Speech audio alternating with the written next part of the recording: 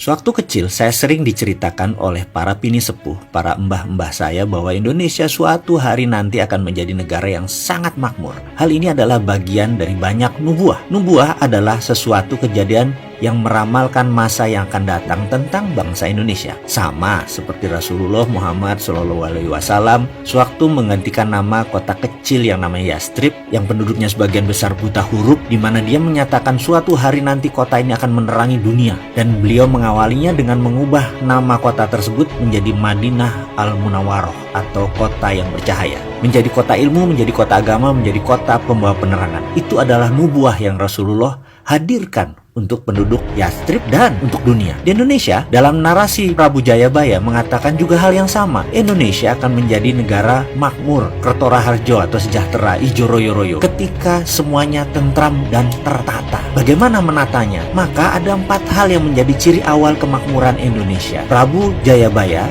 menyatakan, 1.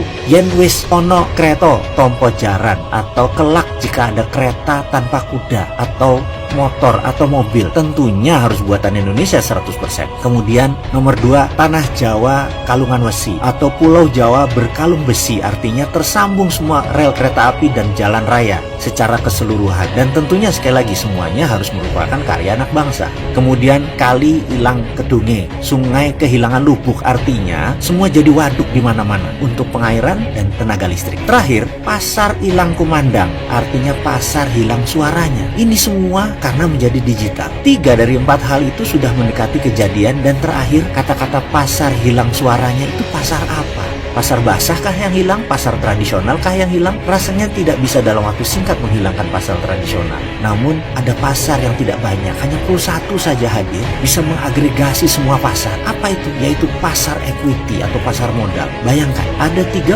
juta UKM di Indonesia yang memerlukan modal, dan ada 50 juta individual investor yang kecil-kecil yang memerlukan pasar UKM tersebut. Apa yang terjadi kalau yang dimaksud Prabu Jayabaya adalah pasar equity untuk UKM? Ini adalah pasar yang dahsyat karena menghubungkan dan menggabungkan 60% komunitas di bawah bergandengan tangan menyelesaikan masalah keuangan, baik keuangan UKM dan keuangan individu. Ini bukan pinjaman berbasis bunga. Pasar equity adalah pasar pembiayaan berbasis bagi hasil.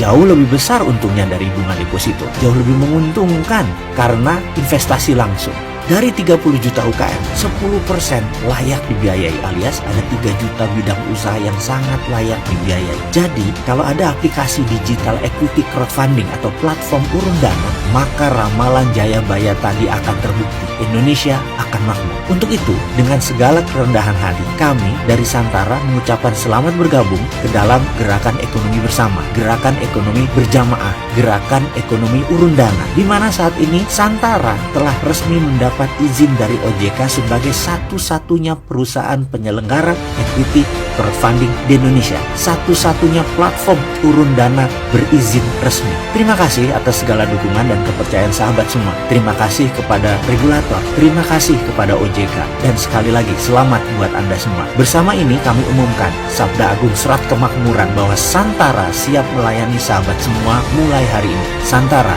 equity crowdfunding pertama berlisensi OJK. Saya secara pribadi dan kami semua mengajak Anda untuk ikut bersama-sama naik kapal kami, bergabung dalam rencana men-skill up ekonomi Indonesia. Klik santara.co.id.